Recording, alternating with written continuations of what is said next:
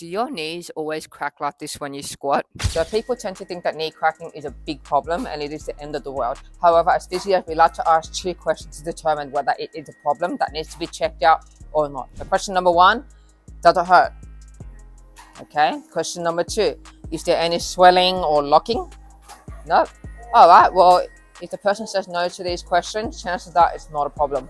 Cracks without any pain are often harmless. However, if there's pain or swelling around the knee, it's probably time to see a physio. So if you have knee pain or swelling when you hear a crack every time you do a squat, book an appointment to see us today and we will get you sorted right out. Catch you next time.